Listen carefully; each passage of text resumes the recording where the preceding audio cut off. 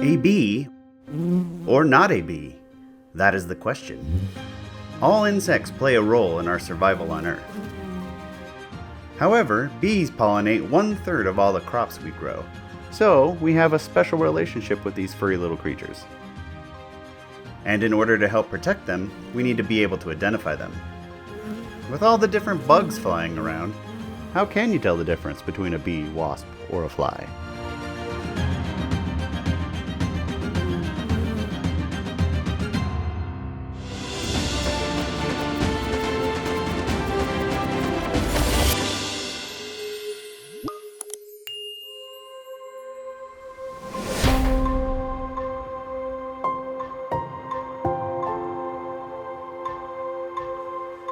Meet Beatrice.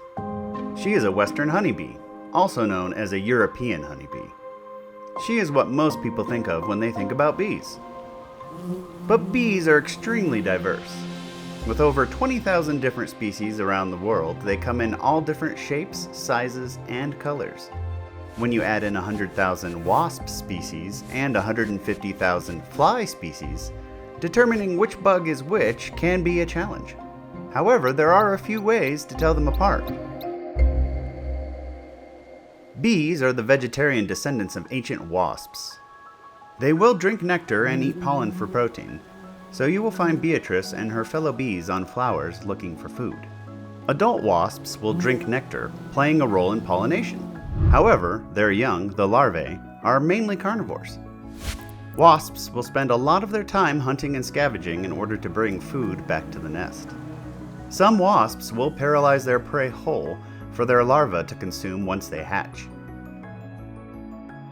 Wasps and flies are generally more aggressive when it comes to visiting your outdoor picnic, looking for food or something sugary to drink. Bees tend to keep their distance. And while honeybees nest in a colony like some wasps, bees will build their nest in a protective container like a hollow tree or a beekeeper's box. Since these paper wasps don't occupy their nest year-round, you can find them in less protected areas. Wasps also lack the glands to create wax, building their nests out of wood pulp, giving the nest a paper-like appearance. Some wasps and native bees will also nest in the ground, but it's best not to assume which is which until you take a closer look at their physical characteristics. While some wasp species can have a brighter color that a lot of bees don't have, it isn't always the best way to tell them apart. Several types of bees can look like wasps, like the nomada bee, or the red-legged cuckoo bee. Bees do tend to have a bulkier body, where wasps have a thinner waist. But the biggest physical difference is the fuzziness. Bees are generally more hairy than wasps. Female bees collect pollen on special hairs called scopa, located on their body or back legs. Beatrice mixes the pollen she finds with nectar, rolling the pollen into balls and attaching them to her hind legs.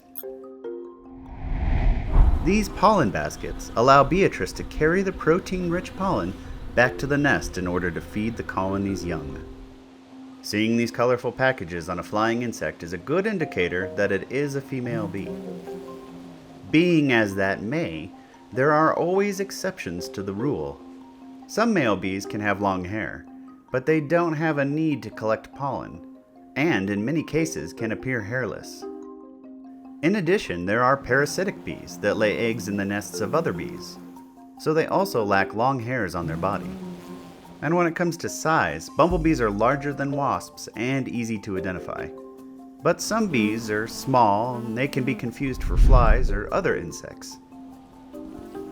These sweat bees are tiny in size, but are also very important pollinators. Because female bees have a natural defense system with their stinger, some fly species have evolved to look like a bee. Like this hoverfly, bee fly, or thick-headed fly. These flies are sometimes referred to as mimics. In addition to looking like a bee, they feed on flowers, making an identification difficult. And while they may look like bees, most of them don't fly like bees. Quick acceleration and hovering in midair with extreme precision is an easy giveaway. And while not always easy, hopefully now you have a better idea on how to identify a bee. With all their similarities to other insects, taking the time to observe these amazing creatures will help you identify them in the future. And if you want to get to know them better, like, subscribe, and ring the bell. Beatrice appreciates it.